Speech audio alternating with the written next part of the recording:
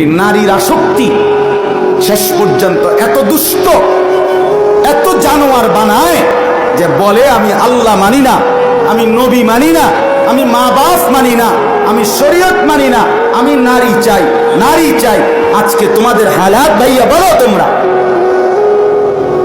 তুমি যেই নারীর সাথে অবৈধ প্রেম, ভালোবাসা, ছবি, নাচ, গান, জিনা, ব্যভিচার, উলঙ্গ দৃশ্য, মোবাইলে হোক আর বাস্তবে যাই করছো, আল্লাহ নিষেধ করেছে, নবী সাল্লাল্লাহু আলাইহি সাল্লাম নিষেধ করেছে।